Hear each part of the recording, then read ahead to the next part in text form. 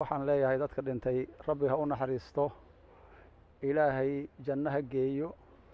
inta dhaawacanna waxaan leeyahay ilaahay ha caafiyo inta oo qaraabadooda iyaguna la oo aan hadda nolol geeri lagu ogeyn ilaahay waxaan su'aalanaynaa biasmaa'i wa sifaati iyagoo nooloo fiican in la helo dadka hantida ay kaga burburtay waxaan leeyahay ilaahay hantidiina bedel degdeg ah ilaahay ha idinka siiyo inta markaan insha allahu tacaala aan ka gudbo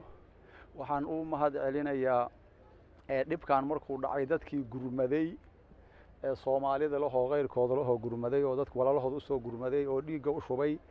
oo waxa weeye dawo u keenay waxay heli karaan basiyay iyaguna waan u mahad celinaynaa jazaakumullahu khayr baan leenahay waxaan ugu horeeyaa Soomaalida marka la soo dhaafo dawladda Turkiga jazaakumullahu khayr inay diyaarad iyo gurmad iyo dhakhaatiirba soo direen baan maqalnay waxaan rajaynaynaa dawladaha kale oo muslimiinta inay ku daydaan oo iyaguna sidaas oo kale ay yeelaan insha allahu tacaala taas markaan ka gudbo haddee waxa meeshaan ka dhacay waa wax oo wuxuushnimo ah diin iyo aqli iyo wax aqliga saliimka iska dhaafe kan jiran hataa uu aqbali karo ma ahan waxaan oo kale ragga samaynayo waxaan dhihi lahaa anigu taqriiban runtii muddo aad u dheer ka hor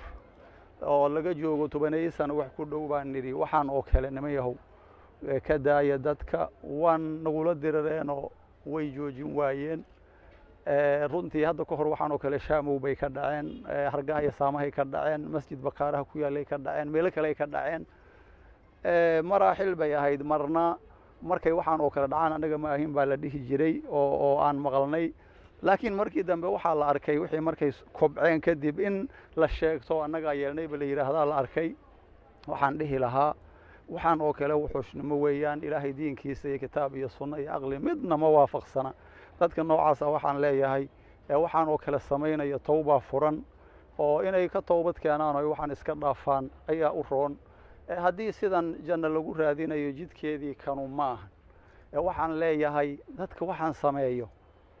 waxaan leeyahay toobad keeno oo waxaan iska daaya wixii shalay lagu kala dhintay weeye natiijo waa lagu keeni waayey waxba waa lagu keeni waayey waxaa fiican in laga soo noqdo oo la toobad keeno oo waxaan iska dhaafaa roon iyaguna saasaan leeyahay waxaan ula jeedaa cidda aan sheegaya waa shabaab meelaha waxaan ka maqlaayay in la leeyahay balaag watar baa waxaan ka dambaysay iyo taasna anigu shakhsiyan u malayn maayo oo kuwaas dhihi maayo maxaa yeelay balaag watar maada qaraxdana way keeni karaan baabuur iyo lacag iyo waxna way keeni karaan laakiin qof isqarxinaya nimankaa ma keenin marka dadka ka dambeeya oo basamaadkooda iyo farahooda waxaan ay ku yaalaan waxaan leeyahay ka hara oo ka toobad keena qof muslima dhiiggiisa iyo intaanoo hantiya in la burburiyo iyo dadkii daraasiin iyo jumle in loo laayo adduunya aakhira midna wax lagu gaari maayo taas insha allahu tacaala intaas ayaan ka dhahayaa biidni illaahi tacaala dhalinyarada